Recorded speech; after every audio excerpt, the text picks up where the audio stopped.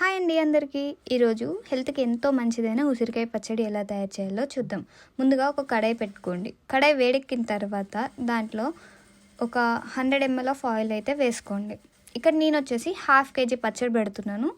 So నాకు 100 ml of oil అయితే సరిపోయింది. వేసుకొని దాంట్లోకి ఉసిరికాయలు వేసి బాగా వేయించుకుందాం.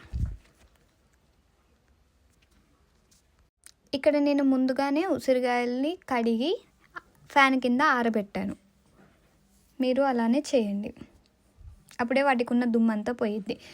బ్యాండీలో నుంచి వెళ్ళి ప్లేట్లోకి తీసుకున్న తర్వాత చింతపండు గుజ్జుని ఉడికించండి. తర్వాత ఒక కడాయి పెట్టి దాంట్లో మెంతులు వేసి వేంపండి. తర్వాత 1.5 టేబుల్ స్పూన్ల ఆవాలు వేసి మంచిగా వేయించండి.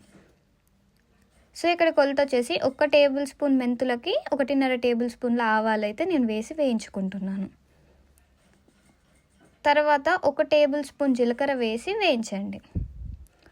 ఇలా మంచిగా వేయించుకున్న తర్వాత దీన్ని చల్లారబెట్టి మిక్సీలో వేసి గ్రైండ్ చేసి పౌడర్ చేసి పక్కన పెట్టుకోండి. తర్వాత అదే కడాయిలో ఆయిల్ని హీట్ చేసి జీలకర్ర, ఆవాలు, ఎండుమిర్చి, అలాగే కొద్దిగా అంత కరివేపాకును కూడా వేసి వేయించండి.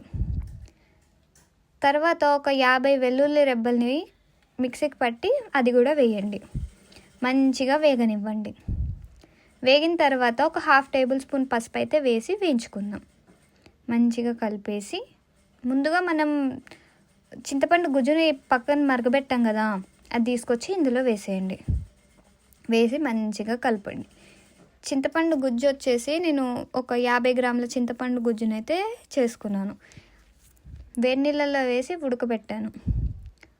తర్వాత స్టవ్ ఆఫ్ చేసి ఆ మిశ్రమం అంతా చల్లారిన తర్వాత ఉసిరికాయలు వేసి అందులో నేను 2 టీ గ్లాసులంతా కారం అయితే వేసాను. దానికి ఒక గ్లాసుడు ఉప్పునైతే వేసుకున్నాను.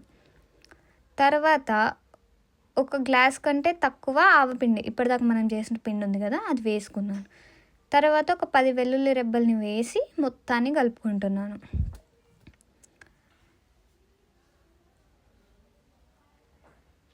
మంచిగా కలుపుకొని నిమ్మరసాన్ని కూడా యాడ్ చేసుకుందాం. నేనైతే ఇక్కడ 2 నిమ్మకాయలని రసం చేసి అందులో యాడ్ చేస్తున్నాను. ఇది వచ్చేసి మనం ఒక 3 days పక్కన పెట్టుకోవాలి. ఒక ఎయిర్ కంటైనర్లో పెట్టి పక్కన పెట్టుకుంటే సరిపోయింది. మంచిగా ఊరుతుంది అన్నమాట. సబ్స్క్రైబ్.